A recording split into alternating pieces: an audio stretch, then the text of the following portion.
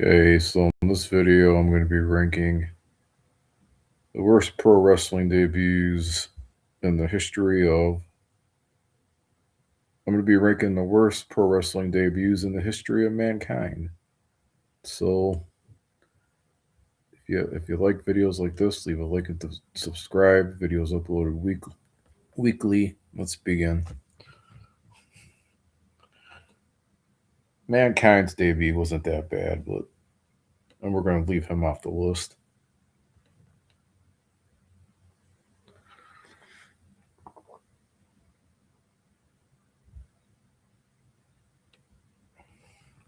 Um, we're going to start with the very first wrestler that I thought had a worse debut in pro wrestling history, and that man is the Shockmaster. Um,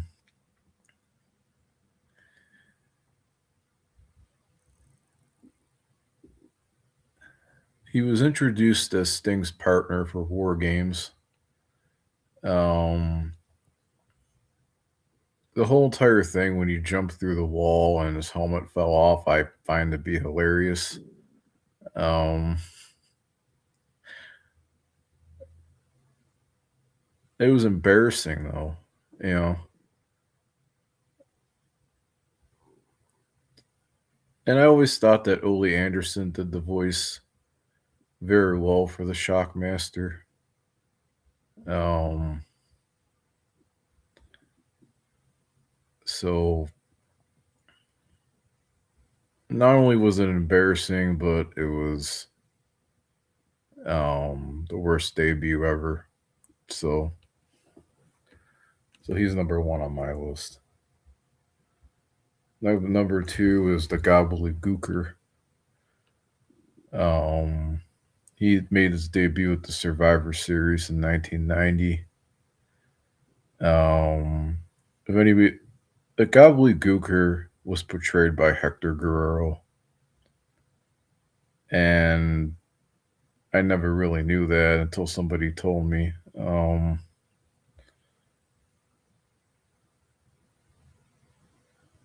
I didn't like the whole Gobbledygooker scenario. I wasn't a fan of the Gobbledygooker. I thought it was an embarrassment to pro wrestling. Um, Humiliating.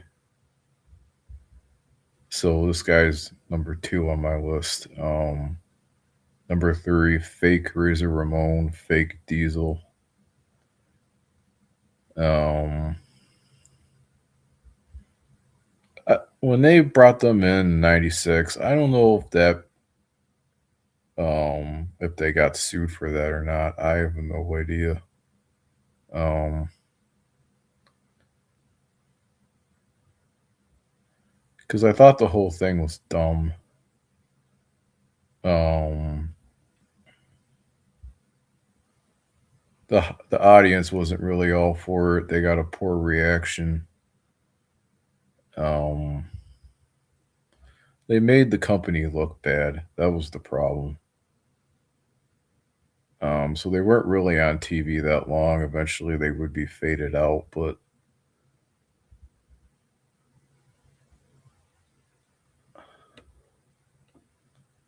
I always thought that was a slap in the face to Kevin Nash and Scott Hall. You know, I don't know if they got sued for that. I'm not sure, but I would think they would got sued for it.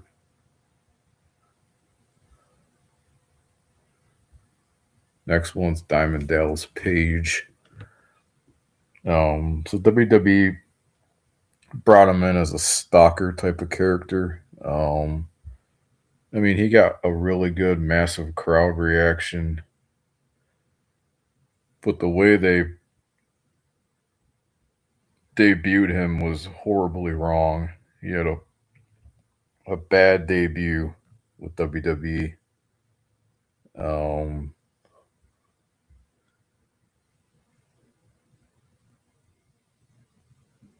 I mean, when they brought him in for that storyline with the Undertaker, I kind of think that killed his status. That was bad for him.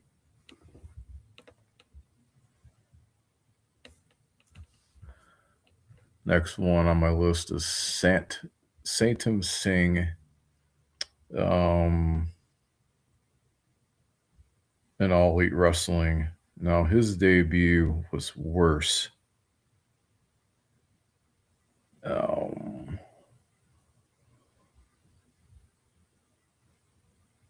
I think it was after Samoa Joe won the ROH TV title. Um,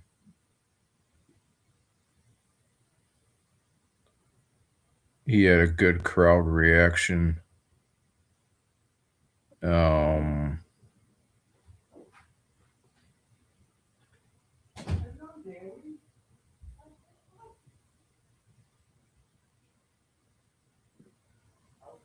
it was just an awkward debut he had. I hated it. Next one is Glacier. So WCW put a lot of money into his character and his introduction. Um,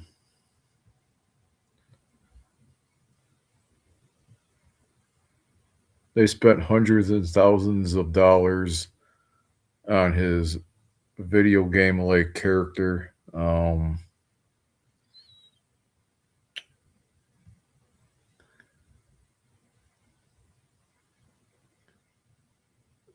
I always liked the fact I liked how they debuted him though. It's just his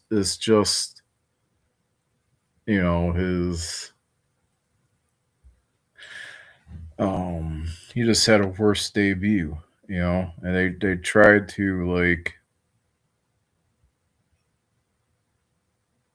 they debuted him twice. So his debut twice was very terrible. So but I've always liked this character. I've always liked this character.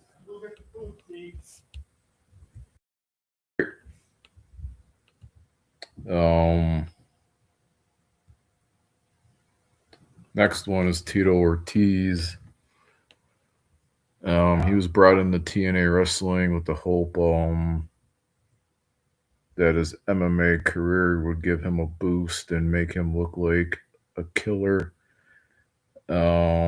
He had some appearances with the company in the past. His official debut was in 2013 with a contracted name, and it went down terribly, like downhill from there. Um, it just wasn't going to work for him in pro wrestling. So, next one is Rob Van Dam. He was in TNA Wrestling for a little bit.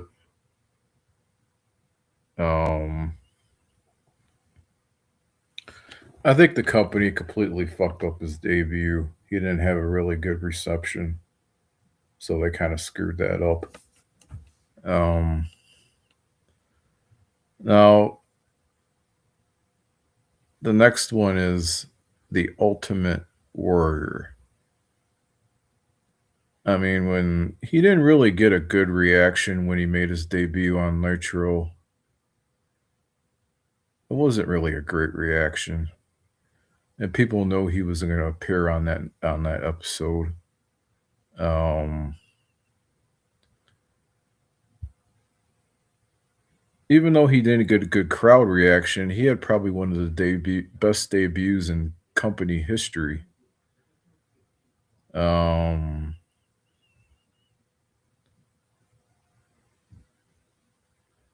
See, when they brought him in, he had a 6-month contract, and they only used him once for Halloween Havoc, and that's it. They didn't fulfill the 6 months he was there.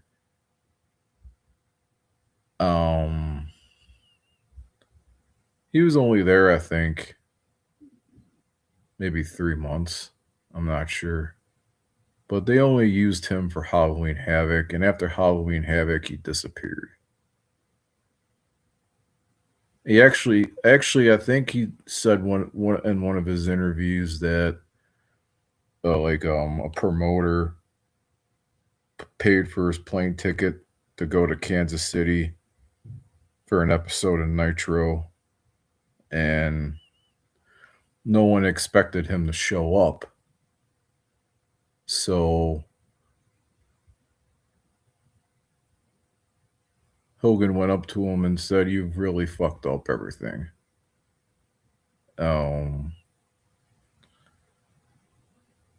So I just think they only brought him in because Hogan wanted his. He just wanted to get that win from him to make up for WrestleMania 6. I think that's the only reason why they brought him in. So he never fulfilled his 6 months. The whole thing was a waste. So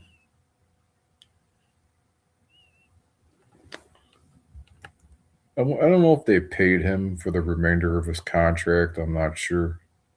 But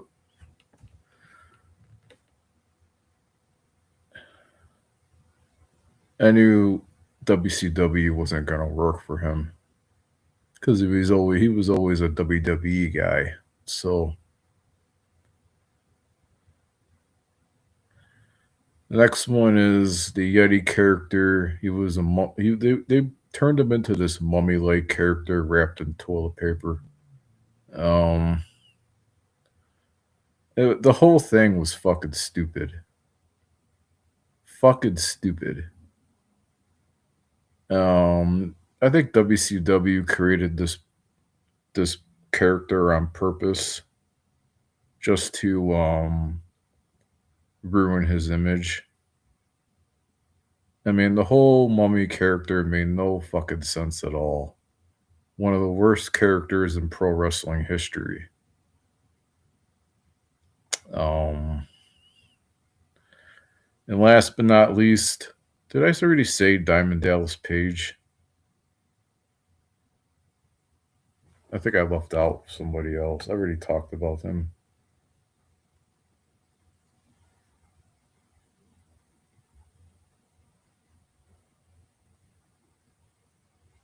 No, that's it. I'm done. That is it.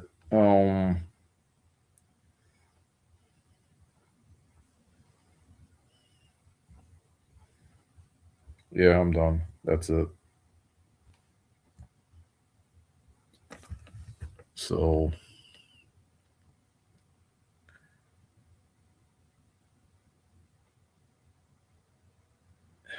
I'm trying to think I left out one more person.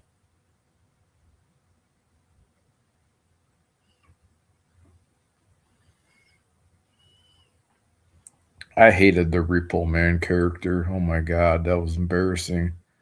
We can add Repo Man to this list because this is the guy. They tried to make this guy into a repo type of character. The whole concept of the Repo Man was so fucking dumb. I hated it.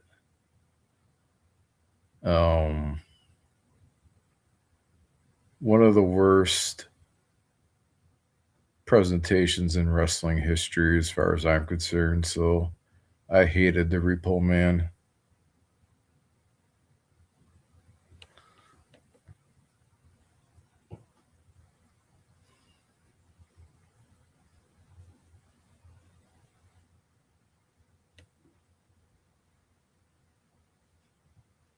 Yeah, so that's it. I'm done. So let's rank them. Where'd it go?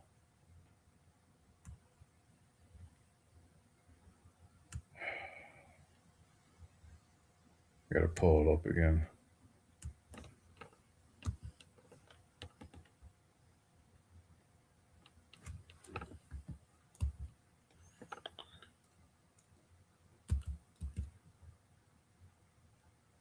I just fucking lost it.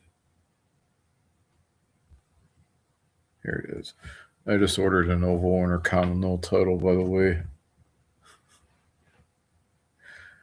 QA belts. They haven't I think it's gonna take. It says on their website that 4mm zinc belts take 3 weeks to ship. So I got a 50% discount on it. I only paid $212. That's something WW Shop will never do for their customers. So I rank Shockmaster number 1, Gobbledygooker number 2, Diamond Dallas Page number 3. His debut sucked. The Fake Razor Ramon Diesel number 4.